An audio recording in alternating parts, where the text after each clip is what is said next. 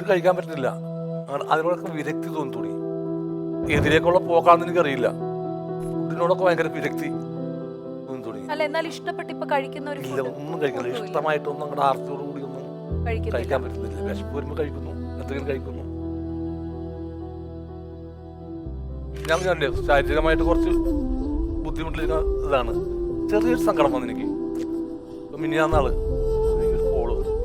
പടത്തിൻ്റെ ഷൂട്ടിംഗ് നടപ്പുണ്ട് തിരുവനന്തപുരത്ത്. 4 ദിവസത്തെ ഡേറ്റ് എനിക്ക് വേണം.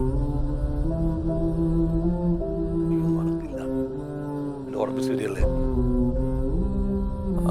ഞാൻ ചുമ്മാ ചോദിച്ചാൽ ആരാ ഹീറോ ആരാന്ന് വെച്ചു. രജനികാന്ത് ഹീറോ. അതെനിക്ക് ചെറിയൊരു വിഷമമുണ്ടായി. കാരണം ഒരാഗ്രഹം ഉണ്ടായിരുന്നു പുള്ളിയുടെ കൂടെ അഭിനയിക്കണം എന്നുള്ളത്.